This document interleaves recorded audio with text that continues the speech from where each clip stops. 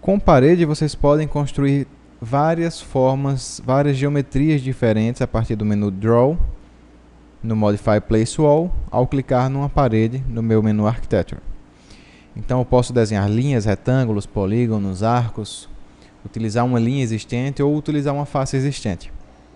A começar aqui da linha, então eu clico no comando Line, clico num ponto qualquer da tela, aponto uma direção qualquer e digito um valor, 8 metros, por exemplo.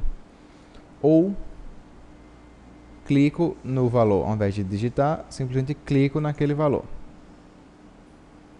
O interessante é que ele sempre vai sugerindo alinhamentos com outras paredes, para facilitar que seu projeto saia sempre alinhado também. Com o retângulo, Rectangle, da mesma forma você deverá clicar num ponto qualquer da tela e clicar num segundo ponto, definindo assim a forma retangular dessas 4 paredes. Na verdade, serão desenhadas 4 paredes ao invés de somente uma. Ele não vai desenhar como um elemento só, mas sim como 4. Não tem como você digitar o valor das duas dimensões, comprimento e largura, enquanto você está construindo esta parede. Polígonos, vocês têm duas opções de polígonos. Ele inscrito, que imaginando um círculo imaginário, ele fica dentro daquele círculo. E o polígono circunscrito, ele fica para fora daquele círculo imaginário. Como que eu desenho? Clico numa das duas opções. Posso definir a quantidade de lados desse meu polígono. Por padrão aqui ele está 6. Clico num ponto qualquer e defino o raio deste polígono.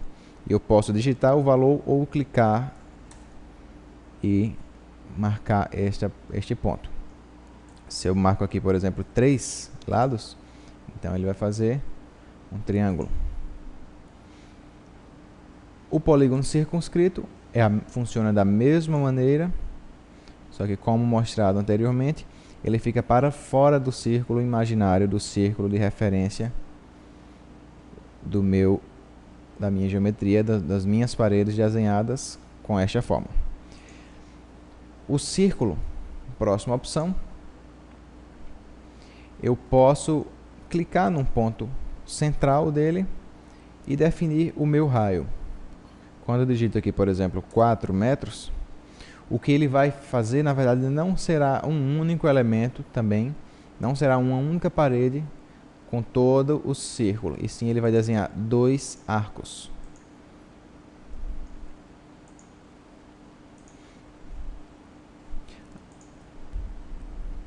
Existem 4 formas de vocês desenharem paredes arqueadas. A primeira e mais usual delas é essa que você define o ponto inicial, o ponto final e o raio de abertura daquele arco.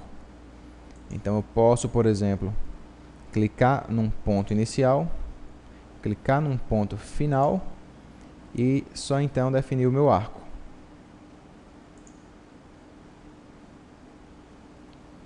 Essa segunda forma funciona eu definindo primeiramente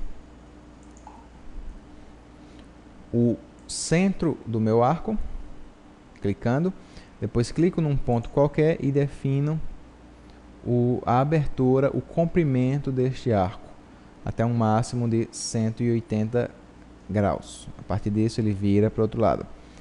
O maior ângulo de abertura de um arco é sempre esse, 180 graus, como percebemos inclusive aqui no nosso círculo.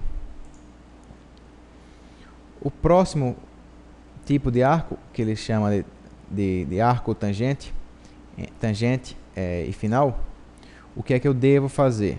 Eu devo iniciar ele, eu não consigo iniciar ele num ponto qualquer da tela. Eu preciso ter um final de parede, conseguir criá-lo. Por exemplo, eu preciso deletar uma destas paredes, clico no Wall, clico no tangente, marco um ponto qualquer e defino o meu ponto final. os próximos arcos vão estar sempre suavizados. Ele sempre vai sugerindo que o próximo arco fique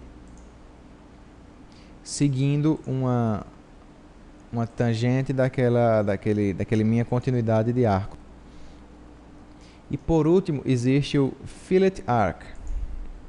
Quando eu clico aqui em Fillet Arc, eu vou fazer uma parede nova aqui, simulando duas paredes filetadas, duas paredes com um acabamento arqueado no final delas. Sempre criando uma nova parede. Nunca paredes serão um objeto só. Uma quantidade de paredes nunca será uma quantidade única delas. Então eu clico no Fillet Arc, clico numa parede, clico na outra parede e defino o meu raio, que pode ser digitado aqui em cima, Radius, 2 metros, e ele já vai ficar com o meu arco de 2 metros. Ou eu posso definir simplesmente clicando num arco qualquer, 3,27 m, e posso depois vir aqui e alterar aquele arco.